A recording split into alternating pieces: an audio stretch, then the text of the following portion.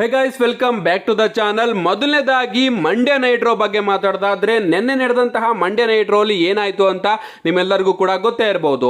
And ನಿನ್ನೆ Mandya night ರೋಲಿ ನಮ್ಮ rock ಅವರ ಕಾಸ್ಟ್ಯೂಮು ಯಾವ ರೀತಿ ಇತ್ತು ಅಂತ ನಿಮ್ಮೆಲ್ಲರಿಗೂ ಕೂಡ ಗೊತ್ತೇ ಇರಬಹುದು. ಲಿಟ್ರಲಿ ನನಗಂತೂ ತುಂಬಾನೇ ಖುಷಿ ಆಯ್ತು ಆ ಒಂದು ಕಾಸ್ಟ್ಯೂಮ್ನ ನೋಡಿ. ಅಂಡ್ ಸೇಮ್ ಗೈಸ್, 20 ವರ್ಷದ ಹಿಂದೆ ನಮ್ಮ ರಾಕ್ ಅವರು ಯಾವ ರೀತಿ ಕಾಸ್ಟ್ಯೂಮ್ನ ಹಾಕೊಂಡಿದ್ರು ಅದೇ ರೀತಿ ಕಾಸ್ಟ್ಯೂಮ್ನ ನಿನ್ನೆ ಮಂಡ್ಯ ನೈಟ್ ರೋಲಿ ಹಾಕೊಂಡು ಬಂದಿದ್ರು. ನೀವು ಇಲ್ಲಿ ನೋಡ್ತಾ ಇರಬಹುದು ಫೋಟೋಸ್ಗಳನ್ನ. ನನಗೆ ಸಖತ್ತು ಶಾಕ್ ಆಯ್ತು. 20 ವರ್ಷದಿಂದ ರಾಕ್ ಅವರು ಆ ಬಟ್ಟೆನ ಜೋಪಾನವಾಗಿ ಕಾಪಾಡಿಕೊಂಡು ಇಟ್ಕೊಂಡಿದ್ರು ಅಥವಾ ಹೊಸದಾಗಿ ಅದೇ ರೀತಿ ಸೇಮ್ ಡಿಸೈನರ್ ಬಟ್ಟೆನ ಮಾಡಿಸಿದಾರೋ ಅಂತ ಇನ್ನೂ ಕೂಡ ಗೊತ್ತಾಗ್ತಾ ಇಲ್ಲ. ಬಟ್ ನಮ್ಮ ರಾಕ್ ಅವರು ಈ ಒಂದು ಸ್ಟೋರಿ ಲೈನಲ್ಲಿ ತನ್ನ ಹಾಲಿವುಡ್ ರಾಕ್ ಗಿಮಿಕ್ನ 100% ತರೋದಕ್ಕೆ ಎಲ್ಲ ಪ್ರಯತ್ನಗಳನ್ನು ಕೂಡ ಮಾಡ್ತಾ ಇದ್ದಾರೆ. ಅದಕ್ಕೆ ಮೇಯ್ನ್ ಇದನ್ನ ನೋಡೋದಾದ್ರೆ, ಮೇಯ್ನ್ ಉದಾಹರಣೆನ ನೋಡೋದಾದ್ರೆ ನಮ್ಮ ರಾಕ್ ಅವರ ಉಡುಪುಗಳನ್ನೇ ನಾವು ನೋಡಬಹುದು. ಲಿಟ್ರಲಿ ಒಂದೊಂದಕ್ಕಿಂತ ಚೆನ್ನಾಗಿದ್ದಾವೆ ಅಂಡ್ ಎಲ್ಲದೂ ಕೂಡ ಹಾಲಿವುಡ್ ರಾಕ್ ನ ಹೋಲ್ತವೆ. ನೆಕ್ಸ್ಟ್ ಅಪ್ಡೇಟ್ ಕಡೆ ಬರೋದಾದ್ರೆ, ಇದಿರ್ತಕ್ಕಂಥದ್ದು ನಮ್ಮ ಟ್ರೈಬಲ್ ಚೀಫ್ ರೋಮನ್ ರೈನ್ಸ್ ಅವರ ಬಗ್ಗೆ. ಮಂಡ್ಯ ನೈಟ್ ರೋಲಿ ನಮ್ಮ ಟ್ರೈಬಲ್ ಚೀಫ್ ರೋಮನ್ ರೈನ್ಸ್ ಅವರು ಕೆಲವೊಂದಷ್ಟು ಬಾಚಸ್ ಗಳನ್ನ ಮಾಡಿದ್ರು ಅಂತಾನೆ ಹೇಳ್ಬಹುದು. ಅಂದ್ರೆ ಕೆಲವೊಂದಷ್ಟು ಮಿಸ್ಟೇಕ್ಸ್ ಗಳನ್ನ ನಮ್ಮ ರೋಮನ್ ರೈನ್ಸ್ ಅವರು ಮಾಡ್ತಾರೆ. ಮೊದಲನೇದಾಗಿ ನಮ್ಮ ರೋಮನ್ ರೈನ್ಸ್ ಅವರು ಪ್ರೋಮೋನ ಕಟ್ ಮಾಡಬೇಕಾದ್ರೆ ಅವರು ಕ್ಲಿಯರ್ ಅಂತ ಹೇಳ್ತಾರೆ. ಸಡನ್ ಆಗಿ ನಮ್ಮ ರೋಮನ್ ರೈನ್ಸ್ ಅವರು ಮಾತನ್ನೇ ನಿಲ್ಲಿಸ್ತಾರೆ ಅಂತಾನೆ ಹೇಳ್ಬಹುದು.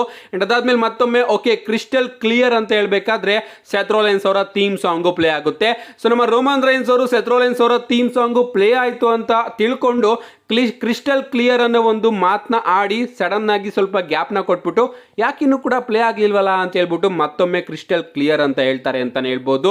ಸೊ ಇಲ್ಲಿ ಒಂದು ಬಾಚ್ ಆದ್ರೆ ಎರಡನೇ ಬಾಚು ನಮ್ಮ ರೋಮನ್ ರೈನ್ಸ್ ಅವರು ಮೇನ್ ಇವೆಂಟ್ ಅಲ್ಲಿ ಮಾಡ್ತಾರೆ. ನಮ್ಮ ರೋಮನ್ ರೈನ್ಸ್ ಅವರು ಸೆಥ್ರೋಲೆನ್ಸ್ ಆಗಿ ಕೋಡಿ ರೋಡ್ಸ್ ಅವರ ಮೇಲೆ ಅಟ್ಯಾಕ್ ಮಾಡಬೇಕಾದ್ರೆ ಟೇಬಲ್ ಮೇಲ್ಗಡೆ ಇರುತ್ತಲ್ಲ, ಆ ಒಂದು ವಸ್ತು ಕೆಳಗಡೆ ಬಿದ್ದಿರುತ್ತೆ. ಅಲ್ಲಿಗೆ ನಮ್ಮ ರೋಮನ್ ರೈನ್ಸ್ ಅವರು ಎಡುಕೊಂಡು ಕೆಳಗಡೆ ಬಿದ್ದೋಗ್ತಾರೆ ಅಂತಾನೆ ಹೇಳ್ಬೋದು. ಅಂಡ್ ನಮ್ಮ ಸೆಥ್ರೋಲೆನ್ಸ್ ಅವರು ಅದನ್ನ ನೀಟಾಗಿ ಹ್ಯಾಂಡಲ್ ಮಾಡ್ತಾರೆ ಅಂತಾನೆ ಹೇಳ್ಬೋದು. ನನಗೂ ಕೂಡ ಆ ಟೈಮಲ್ಲಿ ಗೊತ್ತಾಗ್ಲಿಲ್ಲ. ಓಕೆ ನಮ್ಮ ರೋಮನ್ ರೈನ್ಸ್ ಅವ್ರು ಏನೋ ಕಾಲಲ್ಲಿ ಲಾಕ್ ನ ಮಾಡ್ಕೊಂಡು ಸೆಥ್ರೋಲೆನ್ಸ್ ಅವ್ರನ್ನ ಡಾಚ್ ಮಾಡ್ತಾ ಇದಾರೆ ಅಂತ ಅನ್ನಿಸ್ತು. ಬಟ್ ಅದಾದ್ಮೇಲೆ ಗೊತ್ತಾಯ್ತು ನಮ್ಮ ರೋಮನ್ ರೈನ್ಸ್ ಅವರು ಜಾರಿ ಬಿದ್ದಿರೋದು ಅಂತ. ಸೊ ಆಗಾಗ ಸೂಪರ್ ಸ್ಟಾರ್ಸ್ ಕಡೆಯಿಂದ ಈ ರೀತಿ ಬಾಚಸ್ ಗಳು ನಡೀತಾನೆ ಇರ್ತದೆ. ಇದನ್ನೆಲ್ಲ ಕೂಡ ನಾವು ತಲೆ ಕೆಡಿಸ್ಕೋಬಾರ್ದು. ಬಟ್ ರೋಮನ್ ರೈನ್ಸ್ ಅವರ ಕೈಯಿಂದ ಆಗಿದೆಯಲ್ಲ ಬಾಚು, ಇದು ಸ್ವಲ್ಪ ಇಂಟ್ರೆಸ್ಟಿಂಗ್ ಅನಿಸ್ತು. ಅದಕ್ಕೋಸ್ಕರ ವಿಡಿಯೋದಲ್ಲಿ ತಿಳಿಸ್ತಾ ಇದ್ದೀನಿ. ನೆಕ್ಸ್ಟ್ ಅಪ್ಡೇಟ್ ಕಡೆ ಬರೋದಾದ್ರೆ, ಇದಿರ್ತಕ್ಕಂಥದ್ದು Mandya night rho off air ಆದ್ಮೇಲೆ ಏನೇನಾಯ್ತು ಅಂತ. ಲಿಟ್ರಲಿ ಗೈಸ್, ಈ ಒಂದು ವಿಚಾರನ ಹೇಳೋದಕ್ಕೇನೆ ನನಗೆ ತುಂಬಾನೇ ನಗು ಬರ್ತಾ ಇದೆ ಅಂತಾನೆ ಹೇಳ್ಬೋದು. ಮಂಡ್ಯ ನೈಟ್ ರೋನ ಎಂಡಿಂಗು ಯಾವ ರೀತಿ ಆಯ್ತು ನಿಮ್ಮೆಲ್ಲರಿಗೂ ಕೂಡ ಗೊತ್ತೇ ಇರಬಹುದು. ನಮ್ಮ ರಾಕ್ ಆಗಿ ರೋಮನ್ ರೈನ್ಸ್ ಇಬ್ರು ಕೂಡ ಸೇರ್ಕೊಂಡು ಕೋಡಿ ರೋಡ್ಸ್ ಆಗಿ ಸೆಥ್ರೋಲೆನ್ಸ್ ಅವರ ಮೇಲೆ ಬ್ರೂಟಲ್ ಆಗಿ ಅಟ್ಯಾಕ್ ಮಾಡ್ತಾರೆ. ಅಂಡ್ ನಮ್ಮ ರಾಕ್ ಅವರು ನೈಟ್ ಮೇರ್ ಅನ್ನೋ ಒಂದು ಬೆಲ್ಟ್ ಅಲ್ಲಿ ಕೋಡಿ ರೋಡ್ಸ್ ಆಗಿ ಸೆಥ್ರೋಲೆನ್ಸ್ ಅವರ ಮೇಲೆ ಅಟ್ಯಾಕ್ ಮಾಡ್ತಾ ಇರ್ತಾರೆ. ಸಡನ್ ಆಗಿ Mandya night rho off air ಆಗುತ್ತೆ ಅಂತಾನೆ ಹೇಳ್ಬೋದು. Mandya night rho off air ಆಗೋದಕ್ಕಿಂತ 1 ಸೆಕೆಂಡ್ ಮುಂಚೆ ನಮ್ಮ ರಾಕ್ ಅವರು ಕೋಡಿ ರೋಡ್ಸ್ ಅವರಿಗೆ ಮತ್ತೊಮ್ಮೆ ಆ ಬೆಲ್ಟ್ ಅಲ್ಲಿ ಅಟ್ಯಾಕ್ ಮಾಡ್ತಾರೆ. So Monday night rho off air ಆಗುತ್ತೆ. ಓಕೆ ನಮ್ಮ ರಾಕ್ ಆಗಿ ರೋಮನ್ ರೈನ್ಸ್ ಇಬ್ರು ಕೂಡ ನಿಂತ್ಕೊಂಡು ಸ್ಟೈಲ್ ಕೊಡ್ತಾರೆ. ಮತ್ತೊಮ್ಮೆ ನಮ್ಮ ರಾಕ್ ಅವರು ಹೋಗಿ ಕೋಡಿ ರೋಡ್ಸ್ ಅವರಿಗೆ ಆ ಬೆಲ್ಟ್ ಅಲ್ಲಿ ಅಟ್ಯಾಕ್ ಮಾಡ್ತಾರೆ ಅಂತಾನೆ ಹೇಳ್ಬೋದು. ಈ ಕಡೆ ರೆಫ್ರೀಸ್ ಗಳು ನಮ್ಮ ಸೆಥ್ರೋಲೆನ್ಸ್ ಆಗಿ ಕೋಡಿ ರೋಡ್ಸ್ ಅವ್ರನ್ನ ಚೆಕ್ ಮಾಡೋದಕ್ಕೋಸ್ಕರ ರಿಂಗ್ ಮೇಲ್ಗಡೆ ಹತ್ತುತ್ತಾರೆ. ನಮ್ಮ ರಾಕ್ ಅವರಿಗೆ ಏನಾಗುತ್ತೋ ಗೊತ್ತಿಲ್ಲ, ಆ ಬೆಲ್ಟ್ ಅಲ್ಲಿ ರೆಫ್ರಿ ಮೇಲೆನೆ ಅಟ್ಯಾಕ್ ಮಾಡ್ತಾರೆ ಅಂತಾನೆ ಹೇಳ್ಬೋದು. ಪಾಪ ಗುರು ರೆಫ್ರಿ ಬೆನ್ನ ಉಚ್ಕೊಂಡು ಒದ್ದಾಡ್ಕೊಂಡು ಓಡೋಗ್ಬಿಡ್ತಾನೆ ರಿಂಗಿಂದ ಕೆಳಗಡೆ ಇಳಿದ್ಬಿಟ್ಟು. ನಿಜವಾಗ್ಲೂ ನನಗೆ ಇನ್ನೂ ಹೇಳ್ಬೇಕಾದ್ರೆ ನಗು ಬರ್ತಾ ಇದೆ. ನೀವು ಇಲ್ಲಿ ನೋಡ್ತಾ ಇರಬಹುದು ವಿಡಿಯೋಸ್ಗಳನ್ನ ನಾನು ಪ್ಲೇ ಮಾಡ್ತಾ ಇದ್ದೀನಿ. ಲಿಟ್ರಲಿ ಚೆಕ್ ಮಾಡೋಕ್ಕೆ ಬಂದಂತಹ ರೆಫ್ರಿನ ನಾನು ಇನ್ನೂ ಇದ್ದೀನಿ, ನೀನು ನನ್ನ ಮುಂದೆನೆ ಚೆಕ್ ಮಾಡೋದಕ್ಕೆ ಬರ್ತಾ ಇದೀಯಾ ಅಂತ ತಗೊಂಡು ನಿನ್ಗೂ ಅಂತ ಬೆಲ್ಟ್ ಅಲ್ಲಿ ರೆಫ್ರಿಗೆ ಹೊಡಿತಾ ಇದ್ದಾರೆ. ಲಿಟ್ರಲಿ ಗಾಯ್ಸ್, ಕೈಯಲ್ಲಿ ಹೊಡೆದಿದ್ರೆ ಓಕೆ, ಹೊಡೆದಿರೋದಿಲ್ಲ, ಹತ್ರಕ್ಕೆ ಬಂದು ನಿಲ್ಸಿರ್ತಾರೆ ಅಂತ ಅನ್ಕೋಬಹುದಾಗಿತ್ತು. ಬಟ್ ಬೆಲ್ಟ್ ನ ಬೀಸಿದ್ದಾರೆ. ಆ ರೆಫ್ರಿ ಯಾವ ರೀತಿ ಕಿರ್ಚಾಡ್ಕೊಂಡು ಹೋಗ್ತಾ ಇದ್ದಾರೆ ನೀವು ಇಲ್ಲಿ ನೋಡ್ತಾ ಇರ್ಬೋದು. ಈ ಒಂದು ವಿಚಾರ ಅಂತೂ ನನಗಂತೂ ಸಖತ್ ಫನ್ನಿ ಅನಿಸ್ತು.